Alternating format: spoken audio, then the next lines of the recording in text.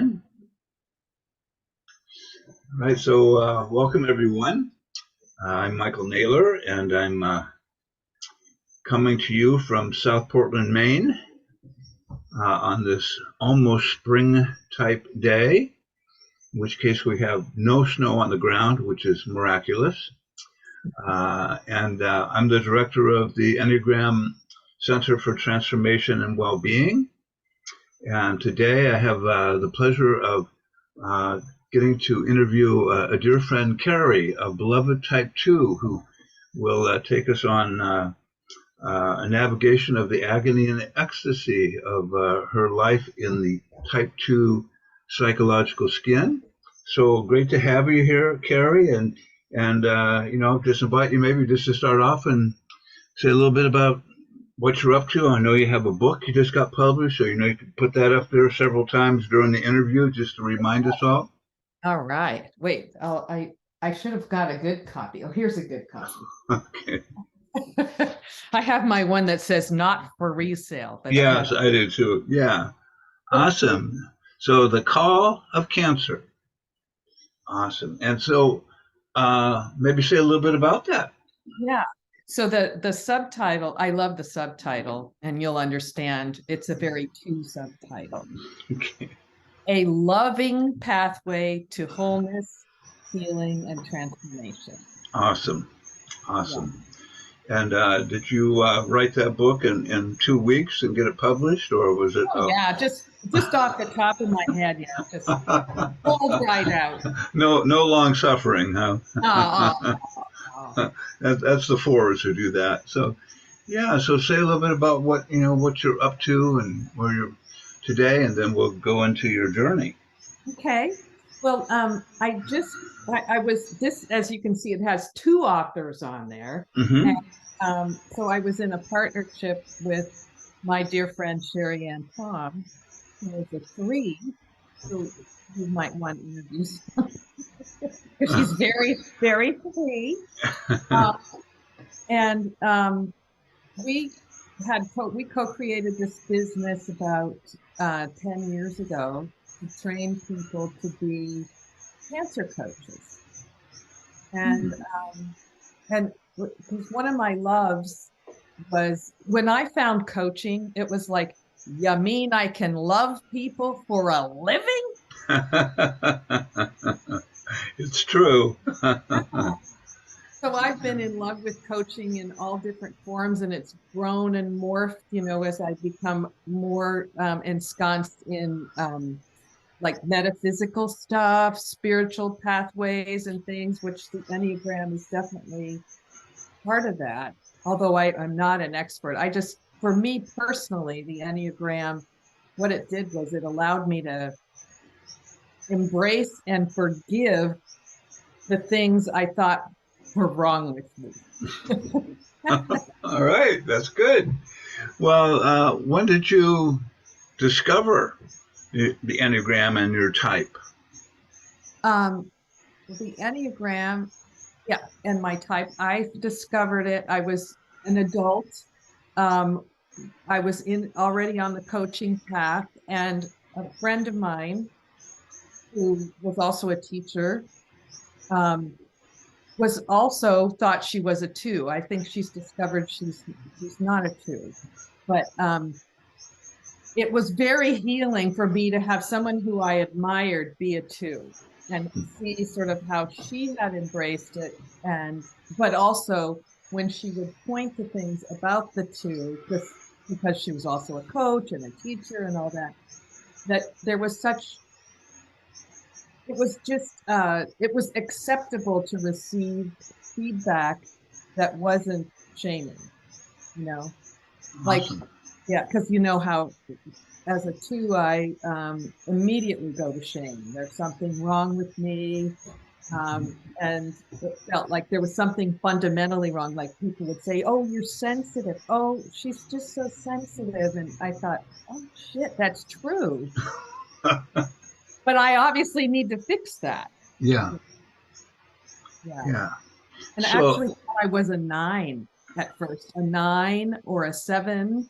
And I thought I was a 9 because I was kind of running interference and being a translator for people who were in conflict, or I could see what people were really feeling and what they wanted. And then I've come to realize that's just a sense of empathy that Yeah. it's like kind of like a superpower that twos can have if we get out of our own way enough. Well, 2, 7, and 9 are in the what might be called the positive outcome triad. So they're cheerier than most of the other types, and they're kind of like cousins to each other, so they can get confused easily. So yeah. So when you first learned of your two-ness, um, some people will say when they learn about their type for the first time, it's just like, oh no, I'm this type. Certainly was true for me as a 4.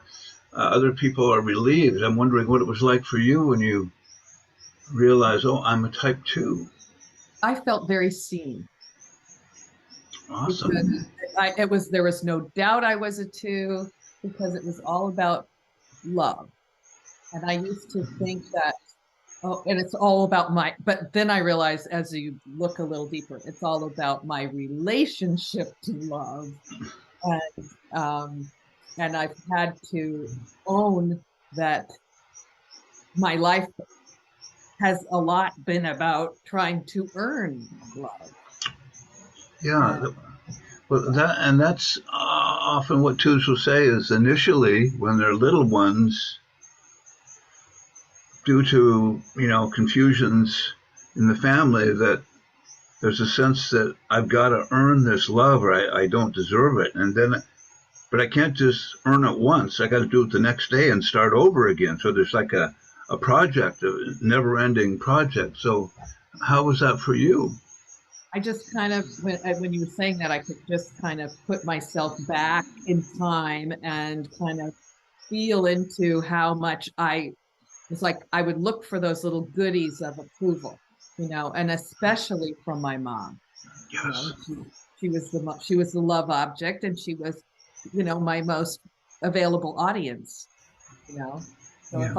if I would try to do these things that she thought were cute or loving or her I would wait to get this feedback where she'd say something like, "Oh, you see how you are. Oh, you're just so good," and it was like that was like crack, Yeah. Yeah. Well, so the twos in my life have often said that sense of reward that comes from being seen can be fragile. It's like Mhm.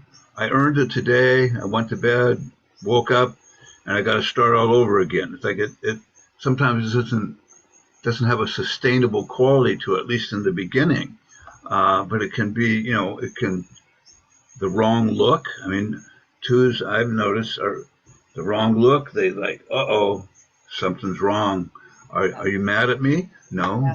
I'm not, but I could be. I, So, I just had a gas pain. It had nothing to do with you. yeah. But So, yeah, it's that radar of looking for approval. yeah. And it's very almost, there's like a narcissistic quality to it. Like, Mhm. that thing in recovery where I'm the piece of shit around which the world revolves. Kind of a negative narcissism. Yeah. Yeah, I Yeah. can really relate to that in my earlier years. Yeah. Hopefully, yeah. Yeah. Yeah. So, uh, this whole thing around sensitivity, twos, I think 4s get this too, is this sense of you're so sensitive. Like, it's not like, man, you're amazing that you're so sensitive and you can feel things. It's like, this is a problem because Yes. you're pulling me into your world of sensitivity and I want nothing to do with it, actually. Right. So when you were a little girl, how did you operate with that, and how did you navigate your sensitivity? That's a really good question. Not very well. I think, I constantly had nervous stomach, butterflies in my stomach, Mm-hmm. and I would I would do this. Was probably, just I would do this all the time. My mom's like, "Oh, there she goes, flapping. She's gonna fly somewhere." Oh, good old mom was keeping her eye on you. So, I, sometimes twos will say that they learn that it's not particularly wise to express anger because that could really mess up my connection with those I care about. So, uh, what has been your experience of anger through the course of your lifetime? Well, I remember saying to a friend of mine, "I just don't get angry, you know." And I'm just kind. It was just like I had this self-image of kind and peaceful and loving, and then somebody somebody pointed out, well, that in and of itself is manipulative because you're not being real. And Hmm. I don't even know what that means. Yeah, what's that? Yeah. Because it was all about, okay, I think when the definition of codependence is just the disintegrated two, I would just, it was all about, I would wake up and I would think, okay, what do I have to do to please this person? If, if I was like, if I was in a boyfriend relationship or it was my parents or it was my boss or whatever, it was just, okay, that's what I'm going to do. Like you said, I wake up with a blank slate and what do I have to do to please this person? Yeah. So sometimes when twos are in a tough spot, at least early on, they've been known to ingratiate themselves to others. Be overly flattering because I don't want to lose my connection with you, and you might want to know that without me, you're nothing. So I will. Yeah. So how did you? Yes. Guilty as charged. And I remember, I would kind of choose sort of misfit boyfriends because Mm-hmm. they needed me. Mm-hmm. That was just so attractive. The more Mm-hmm. they needed me, like, oh, you need me? It's like, Yeah, yeah. Just I think I've noticed twos. Early on, it's like almost like they collect a crowd around them of people, and and then the challenge is as for two is they end up getting used by the person they're saving, right? So it doesn't always work out well. But nice. yeah, yeah. So for you, this idea of learning what I sometimes call healthy selfishness. If I don't take care of myself, I'm not going to be much good to others. And I know the twos of my life, that selfish message is so big. The inner critic, she's just like, your needs are last. If you're going to be a loving person, actually, you shouldn't need anything. So, how have you navigated that little twisty turn in the labyrinth? Well, it definitely is a twisty turn. And Mm. when you use that word selfish, it's almost, I mean, I get almost like sweaty palms. It's like it's, it was worse, like worse than being a murderer was to be selfish. That Yeah. mom would use the word selfish and it was like, oh, you're just selfish or self-centered. Yes. So she knew that if she wanted to manipulate me or she wanted to control my behavior, all she had to do was use one of those words. Yeah. Yeah. Well, it's so sorting out that I'm not an evildoer if I actually have needs. Uh, I've noticed that can take some time, because twos are often stepping into guilt whenever they take care of themselves. Their inner critic screaming and all of that. So It was what a constant state of anxiety. you get anxious.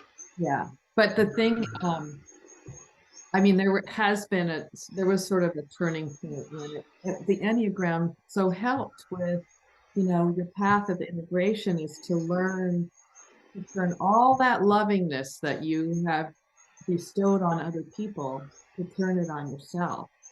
Yeah. And what a challenge that has been, but I really have come so far with that, thank goodness, because that therein lies peace of mind and heart. Yeah.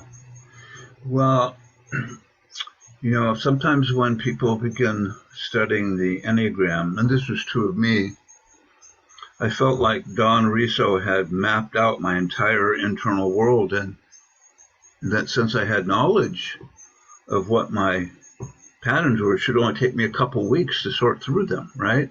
And then it actually took me numerous years to start to kind of quiet the pattern. So how would you describe the arc of your transformation? So I think it would be that just discovering that, oh, it's about turning it on me, and then kind of noticing that pattern of like, where am I even in this equation? And it was almost like flashing back through that lens and seeing all the times when I couldn't find myself, Yeah. didn't even know what I felt. I just remember one scene in particular where I felt like I had left my body, and my boyfriend at the time said, "Well, what do you want?" And I was like, you might as well be speaking Russian to me. Don't I don't understand. I can't compute. I can't find it. And then I started in recovery. I started on a recovery path because I realized that that wasn't really great that I could not answer that question. Yeah. Yeah. Well, I think the thing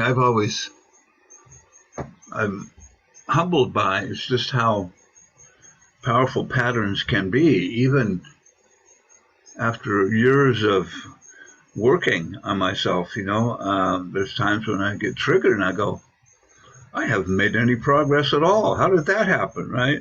Wow. But I I recover more quickly. But still, I can go back to square one on with the right circumstances. Yeah, So it's like your little immature four selves are all still in there, like my. yeah, But the thing that I would notice, because I do a little free writing almost everything, and one of the things that I've embraced, a little affirmation, it is safe to be as loving as I am. say that one more time. It's safe to be as loving as I am. Yeah, No, I walk around like I'm a big heart. It's like my heart is just exposed.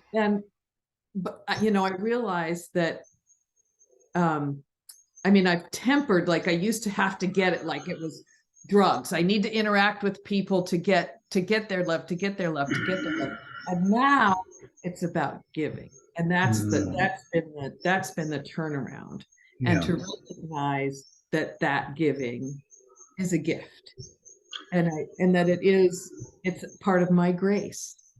yeah. Uh, and that when people say they feel loved, or my clients say that, or that's a gift. It's not something, because it used to be like, feel like, oh, that's nice, well, you're a nice person, not very bright, but really nice and kind. Yeah. Well, in my wife's a type two, a recovering type two, and as I understand her story, to the extent she didn't feel loved as a little girl because she grew up in a really intense, rejecting environment, that two-ness of taking care of everybody got amplified for survival. Yeah, It's like it's a do or die. This isn't like I'm just going to be loving today. It's like I'm going to die if I don't do this. absolutely. And then from her words, it's the idea that when she started to really discover that she was loved and cared for, that that whole dynamic of needing to prove and keep people close to her started to quiet down, so that uh, surrounding herself with people who affirmed, what was beautiful and loving and kind about her really started to help her not be as impulsive about protecting herself by over loving or over expressing love as a way of, keeping her in the positive light of other people. So has that been somewhat true for you? Yeah, you froze there for a minute, and I'm also hearing a really high-pitched But that, whining. I don't know if you can hear that, so hopefully it's not coming through on the recording. I don't think it is, but my inner critic tries every way he can to get in the game. So, but Oh, that's what that is. Okay, I should have recognized that. well, he's a magician. So, yeah, no, I can't hear it on this end, so I don't think we need to worry Okay, about it. good. So Yeah, what you were asking is what might have amped up my two-ness or yeah. The sort started of to say it. the that drive to make sure people see how loving you are, and maybe even with a little luck become dependent on your love, because then now you got something that there's a codependent thing there. But what started to shift that for you so that you weren't so driven by that pattern, and you could actually love from the heart and from with generosity and no contract involved? Um,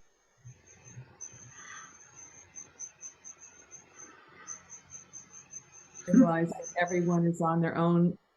So hang on just a sec. You froze up. You froze up. Like, I guess we're trading off. So say that again. It was doing a lot of spiritual work that had me realize that people are on their own journeys, and that that thing in coaching, they're naturally creative, resourceful, and whole. Mm-hmm. And the idea that it's not up to me to control their life, you know, Mm-hmm.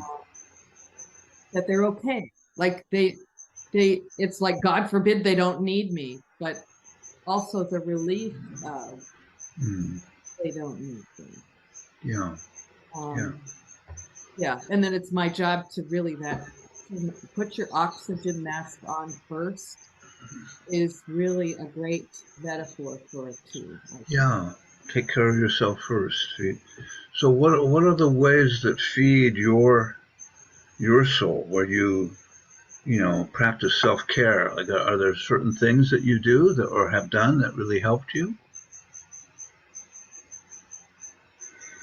Mm. Okay, you're back now. Um, so things that I do. Well, one thing I really need to do is like map out space. Just take time, make sure I have time that's just for me, where I don't have to do anything, Mm-hmm. because my mind starts going in the morning and it's like, okay, it can really get into that pleasing mode. So there's that. But every morning I do a sort of a long meditation. I started channeling Mm-hmm. a few years back.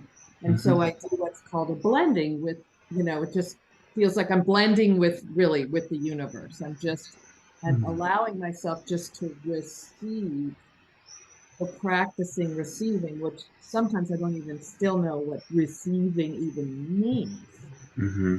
Um, so it's really about being conscious to know where I'm coming from. So making sure that I'm okay, because not okay, but kind of rested, that my gas tank is full enough, Mm-hmm. so that I'm not doing that desperate thing of Mm-hmm. give me approval, that so that when I am interacting with somebody, smiling, or you know, at somebody in the grocery store, which when I go to the grocery store, I get hugs at the grocery. Oh yeah. But that that it's because I want to give, not because I want to give. Yeah. So Yeah. that Well, protects. So one of the things that I've noticed that is that sometimes twos get accused of giving to get, but I think also it's giving to feel connected. If I don't feel connected, there's a kind of panic sometimes, and it can sometimes can look like I'm trying to get something for you, but actually I just want to know we're connected because that, for the type two, it seems like when I'm not feeling connected, it seems to hit a panic button for some twos until they've done more inner work and they're more relaxed and they know at all moments we're connected. I don't have to sweat it anymore. But that there's that sense of, and the other thing I noticed with twos is that because they were so sensitive to loss as little ones, they don't want to do anything that triggers that kind of loss in somebody else. So they're going to love them up and be kind to them because it's like I know what this pain is like, and I'm going to make sure I don't cause it in others. So there can be sometimes an overgiving in that way too. So, but what's been true for you? How would you describe your relationship with that? Well, I relate to everything you've said. That I'm just thinking of myself in the corporate world, which didn't last very long. It's a tough world. I couldn't live in it. Right. But, I would like have a tummy ache until I felt connected to a few people at work, like I needed that in order Yeah, to feel human and to feel okay. yeah. You know? Well, and that's what is so lovely about the twos is they care about the fabric of connection with whoever they're with, right? And if they're with people who aren't interested, it's like I'm in the wrong job. This isn't going to work. I'm going to die. I'm going to starve here. Uh, but the other thing I really love about twos is they seem to have this intuitive ability to sense the gifts of other people. It's like a part of being really empathic and filled with compassion. They have this way of noticing and articulating the gifts of other people, which I found to be quite revealing.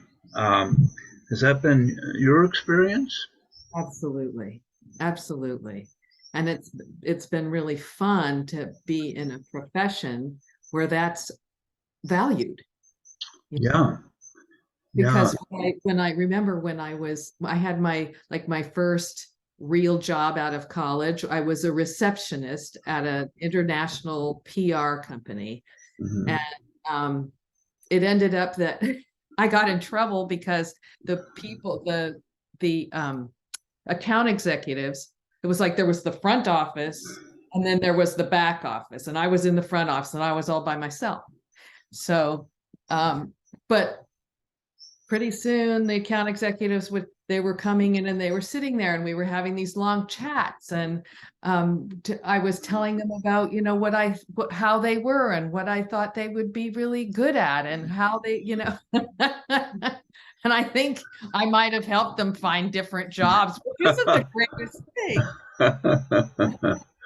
Yeah, well, it's my wife is really super good at that, and of course, when she's been giving me positive feedback, I usually think, "Oh, you're just being nice to me," and then somebody else will give me the exact same feedback, and I'll come back and tell her, and she said, "Well, I already told you that for the past 4 years. Have you not been listening?" And it's like, well, no, I haven't, and I apologize, but they seem to have a real gift for and a wish to really bring people forward, and being great mentors and coaches. I think twos are and therapists and any kind of connecting with others in a way that inspires.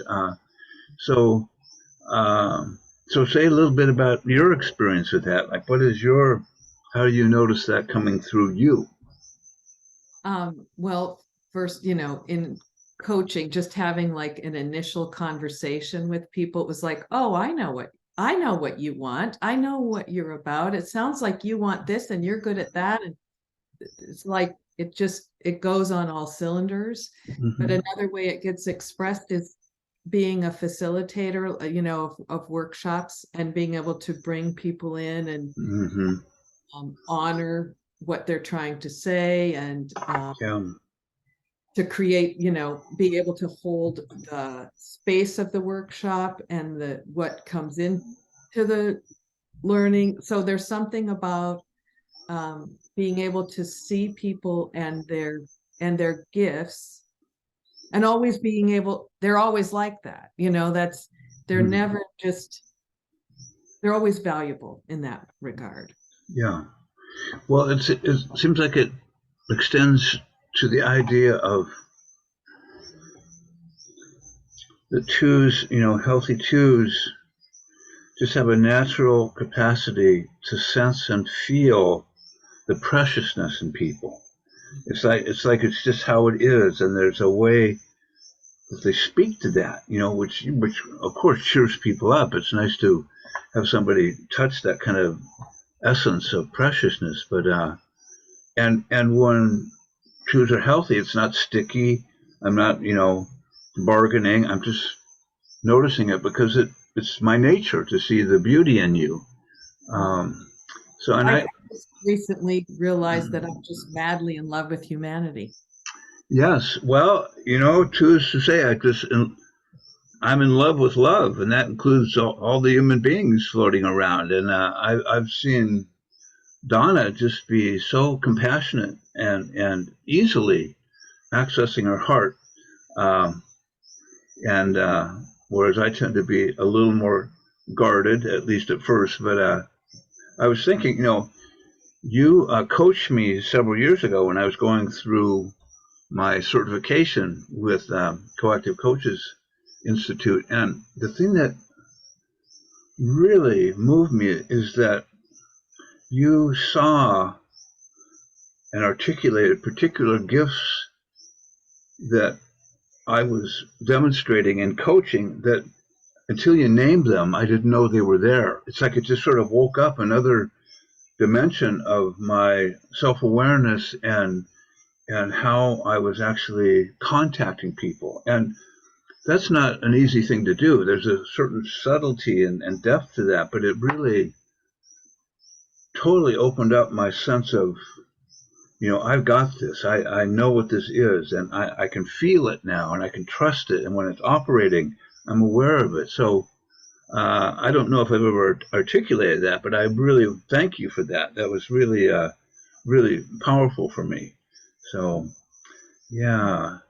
So, um, what is it? One of my two clients, a man says, as a two, if I give you a pencil as a gift, keep in mind that I traveled the universe to find that pencil. So when I give that to you, this is not some small thing. This is like, I considered you. And if you just go ho hum, no big deal, it blows my mind because I put my soul into my gifts. And, I laughed at that, but that's one thing I noticed about twos is they love to give and they're very conscientious about what they give. And so does that resonate for you, that particular story? Does twos love to be, I love to be received. So if I'm giving a gift, I want the gift to be received. And if I'm, or if I've, it's wonderful to have my thoughtfulness acknowledged. Yeah. You know? Yeah. And I also, my friend who I learned about two-ness from, there, that was always such a sticky wicket. You had to receive things the right proper way, and or you just were in trouble, you know. Yeah. Yeah. Well, sometimes we call that terms of endearment. Like if you don't give me the right signals back, then it makes me feel like I'm not loved. And I was just thinking, of course, type twos, I've noticed, like it's Valentine's, right? Yeah. Yeah. This is a type two celebration. And like the thing I notice is that twos, it's like, it doesn't matter if they've given you great riches every Valentine's, when it's Valentine's again, it's like the first time we've ever done Valentine's together. And I'm just kind of like, whatever, these things are coming around way too quick. Let's do every fourth Valentine's. And but she's like, oh my God, this is Valentine's Day. So is that something that you have affinity with, or that sense of? That's all I could do to not like wear like every heart thing and Yeah. red and pink and all that.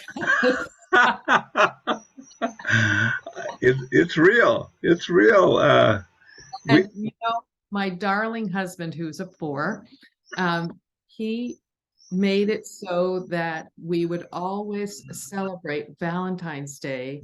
We celebrated a couple days before, so we're not a proud thing, but he proposed to me on Valentine's Day. Wow, good Like the move. day before or a couple days before Valentine's Day. We were going to celebrate Valentine's Day. And Yeah, so, yeah, so now every Valentine's Day is the anniversary of our engagement. that's awesome. What a great combination. Yeah. Yeah.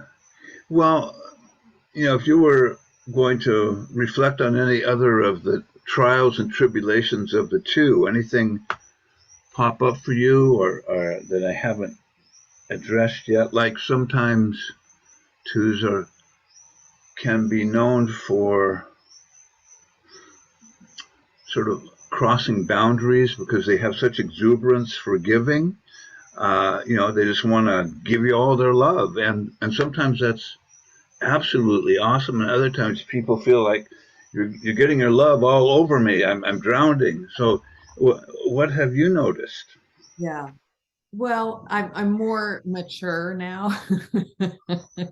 So I can pick up the signals because I do have empathy. So I can pick up the signals to the like, oh, rein it in, Keri, you're making them uncomfortable. It's not without a little bit of hurt feelings though. Yeah, It's like, oh, I was just trying to love you, and whereas I used to, it would be maybe even still I can do this, but oh, they're getting all weird. I need to amp it up and yes, the exact opposite of what they never want. yes, yeah. It's like I gave them one. My poor wife, she'll give me a birthday card, and I'm kind of like a dull observer on this given moment. And then suddenly I have five more birthday cards, and I'm going, no, no, no, no. One was good. I just was checked out. But it can, and if one sparks my joy, it's like I'm going to go get four or five more because I just want you to light up and feel loved, and that makes me feel good. And How that worked, let me do it some more. yeah, yeah. So I'm just remembering like taking my son to school. I think he was in high school. Or it might have been middle school. Anyway, we got in the car and he says, Mom, do you have to talk to everybody? yes, Well, I. why do you have to talk to everybody? Well, sweetie, I just love people. And he went, oh, that's true. You just love people. Hmm. Such a moment of being seen by my darling son, and Yeah, ever yeah. since kind of he just was okay with it. Beautiful. Well, I think that sort of natural capacity to just love people and to you know just come forward with open heart. I think it gets misunderstood by a lot of folks because they're not necessarily wired that way. It's like your son saying, why so much loving? And it's like, well, I've noticed that twos have abundant hearts. They're just generous, and when they're healthy, they give really skillfully, but they're also aware that people can take care of themselves, so they don't have to save them. Uh, but I know, I remember one time my daughter was leaving I think we were watching television, and my wife was sitting with me, and my daughter walks up the steps, and um, Donna says, "I love you, Chloe." And Chloe said, "Mom, you don't have to tell me you love me every time I leave the room. I once a day is more than enough for me." And Donna wasn't even aware of it. It's just like, "I love you, I love you." And so I wonder sometimes for twos if they feel like they get the short end of the stick, like because people don't come back and sort of reciprocate with as much love. I mean, what's been your experience of that? I, it might have been that might have been my experience earlier, but Mm-hmm. one of the things that turned my life around, turned my relationship around, was I work with a spiritual teacher. Mm-hmm. They told me, they said to me, if you knew how loved you are by the divine, then the way that other people love you would be good enough. Mm-hmm. And in particular, this had to do with my husband at the time. Yeah. But that has me rest in, it's like, okay, I don't need that from them. Mm-hmm. It's fabulous when I get it. So then it gets to be icing on the cake. Mm-hmm. Um, Otherwise, it's just, it is what I'm much more at peace with, Yeah. not working so hard to get the accolade or the feedback or Yeah. it's lovely when it comes and I can Mm-hmm. appreciate it, but I don't feel like I get the short end of the stick. Maybe a little. Okay. Well, you say that your husband is a type 4, which is a little bit different hardwiring than the two. There's a lot of compatibility. We got a 2-4 relationship here, but what's it like, to notice your differences with your type 2, bright side, cheery, life is good, type 4, It's can be dark sometimes. really sweet because I don't know, somehow we've embraced sort of a complementary Mm, relationship. He's 4 with a very strong 5 wing. that's me. Yeah. Yeah, he lives in his head a lot, and I live Mm-hmm. in his heart. And now he's writing fiction. Mm, I'm kind of the empathy, emotional consultant for the novels that it's like, well, how would somebody feel here? Or what would they do? Or what would be their response? Like he consults with me and he values it. oh, beautiful. Yeah. Yeah. And Beautiful. he constantly gives me beautiful feedback of, he'll say, well, I'm challenged by, well, this would be a piece of cake for you, but I'm challenged by this. That's great. That's Yeah, with great. his students and with his writing and or with other relationships, he values it. And That's so, awesome. yeah, Awesome. Yeah, especially his intellect, that he would come to me through for matters of the heart is really, that's great. Yeah, yeah. Well, if you were to be sitting with your younger self as a grade school or high school kid, what sort of advice or support might you give that little one? hmm. Well, I would tell her that her heart is beautiful Hmm. and that she is very loved, whether people reflect that to her or not, Mm-hmm. that she's very loved and that I love her Mm. and she's got me and that I see her. So she doesn't have to go looking out there so much for it. Mm. I would Mm. kind of point her more toward her internal, since I would be an internal resource to point Yeah. her more toward internal resources of love. Yeah. Yeah. And if you were to talk about your relationship with your interesting inner critic, uh, what how does the inner critic of the two speak to you maybe not so much today as it did before, but what did you ever notice sort of certain two-ish type things? Oh yeah. Let's see. It's so like it's my response to it is so emotional that it's like, okay, what are the actual words that it says? Yeah, Um,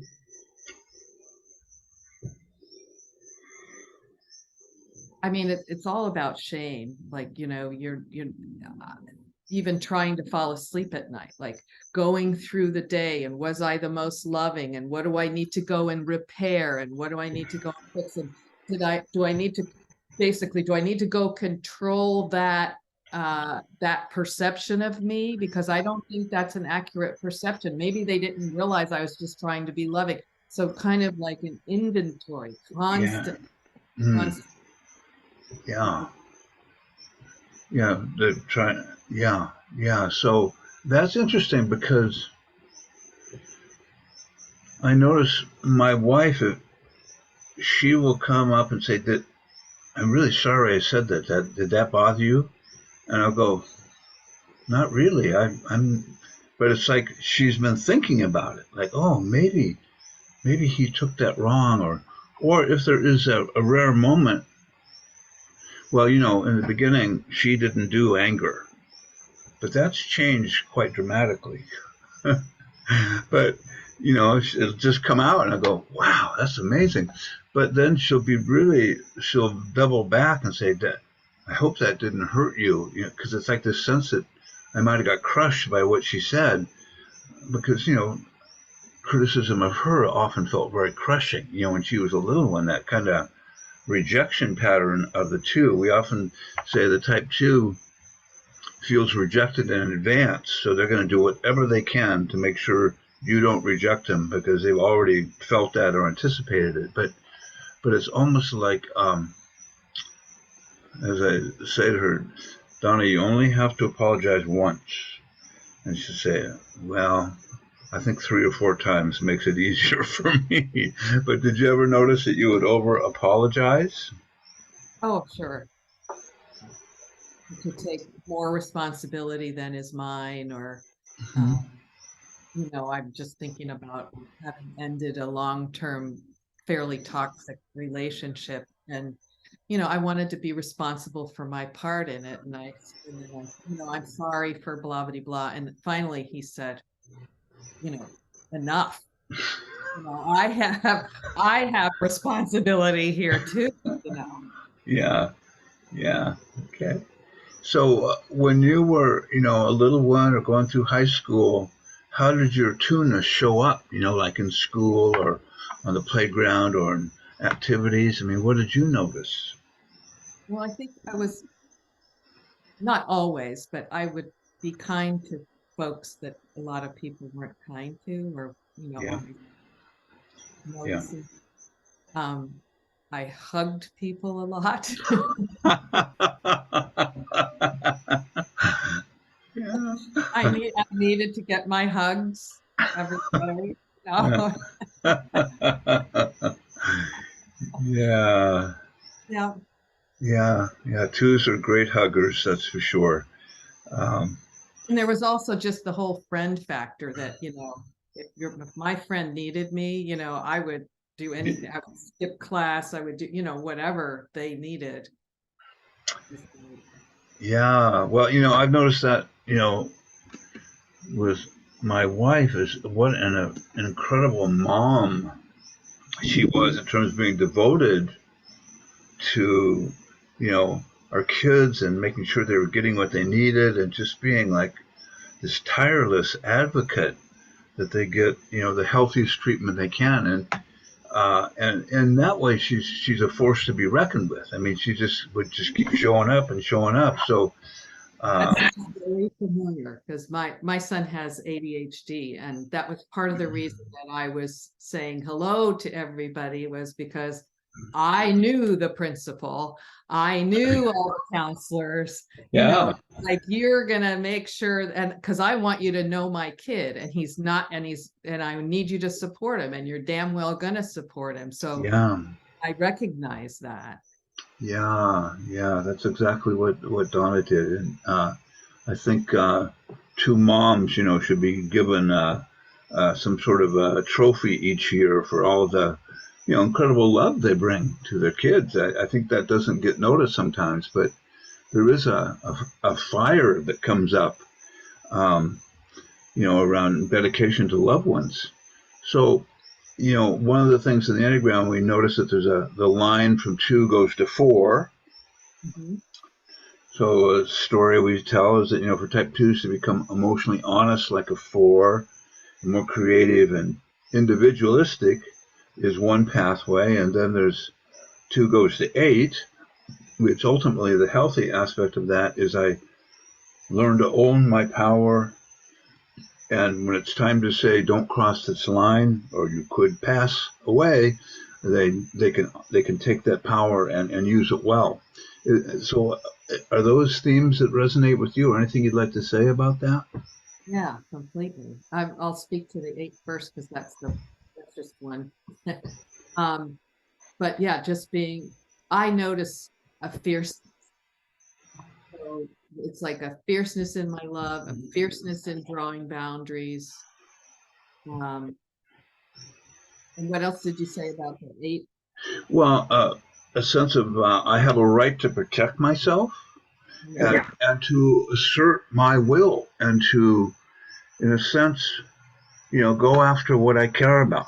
And when I'm healthy, um, I let people know they should not mess with me if I'm going after something I really care about. So there's a way, in a Yes. two-ish way, there's an eight that comes forward that can suddenly Cut appear like, somebody off at the knees. yeah, it's like a dragon just, you go, Yes. oh, I thought you were that sweet too. Not today. Death is And near. I really get a rush from it. Yeah, yeah, it's quite an energy booster. So And yeah. the emotionally honest is, that's definitely true. And I feel like I've become much more discerning about my own agendas. Hmm. And also, and my anger, that's been a fun thing to Hmm. own. Hmm. It's gives you a lot of energy, I notice. Yeah. It's a force. It's that life force. So it's sort of like I don't have to be the sweet two all the time. I'm more able to take in all of my emotional experiences, and so that's What's often. also to do it is that I know I have come to trust my loving nature.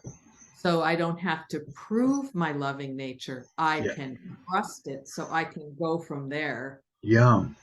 have to make apologies. So that was a big thing in coaching was, that skill of, let me get in there and intrude. And oh my God, it took me such a long time to get how much that served the client to be like that. And now it's all over the place. Yeah, I call it like I see it. yeah. And because I Uh, can trust that if I make a mess, I'll see it and I'll be able to clean it up. I'm just the gal for that job. yeah, yeah. Awesome. So good stuff. Really appreciate your sharing. And um, again, tips for twos. Always looking for tips for twos, and you've given a lot. But anything else sort of pop up around, you know, um, okay, you're a type two, and you keep noticing that you step over people's boundaries. You don't have a boundary awareness. Like it's like all of a sudden you're given too much, or you've invited somebody in too close, too quick, or what comes up for you when you think about boundaries and what you've had to learn? Well, I think one of the biggest and most helpful things for a two to really internalize is everyone is on their own journey. Yeah. Not your job to take them off the journey that they're on or rescue them from it. That you have to trust that whatever they're going through is for them. It's not that you can't be there for them as well. You can't ease their pain, but it's not your job to take them away from their pain. And one of my most favorite metaphors is, like the butterfly and the chrysalis, the caterpillar and if you help them out, they will die. Their wings won't be strong. Yeah. So we have to, but if you saw that, it's like, oh my God, they're struggling. I need to save them. But that's for a bigger purpose that we can't maybe see in that moment. Yeah. So it's like noticing when my giving could be disempowering people and accidentally making them less self-reliant. When is giving helpful? Yes. And when is it rescuing? What's like a distinction between just giving, Yeah.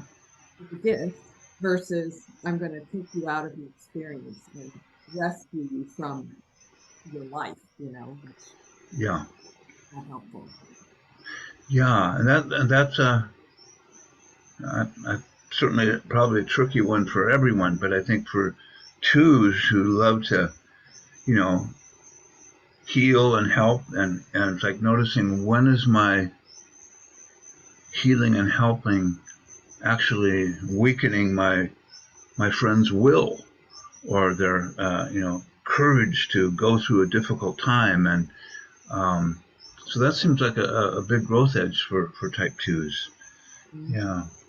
And the So other thing is to oh shoot, what was the other thing? Oh, it was really good, Michael. Oh, I know. It was put yourself in the equation. Like if you're over there in somebody's business, it's like hold the line and not just stop yourself because you're not helping them, but what's my need right now? What's going on over here? Because I'm actually probably needing something if I'm in there. So yeah, yeah, what do I need to give to myself first? yeah, yeah, and what is my overgiving compensating for? Yes. Uh, which again, I remember one type two. She said, as a type two, I spot suffering, and before I can even say, let's think about this, I'm up and out of the chair going to help somebody, and I, it's like my whole body just pulls me up, and here I am coming to help you. And coupled with it, she said, there's also the sense that I can foretell and foresee what you need, and I must tell you, I must help. And she said, so she did this thing, she said, for 1 month. Anytime I felt any kind of urge like that, I didn't follow it. I sat on my hands and I waited and waited until I felt the wish to help coming from my heart. And she said it was torturous because that machine inside of me, when I would spot somebody suffering, it's like before I could even grab myself back, there I would go. And but that was a practice she had to do, and then she started to notice the difference between impulsive giving and giving from a more gracious, generous place. So I thought that was a great, not an easy thing to do, but I can imagine you've gone through different iterations of that to come to your place of enlightenment today. Yes.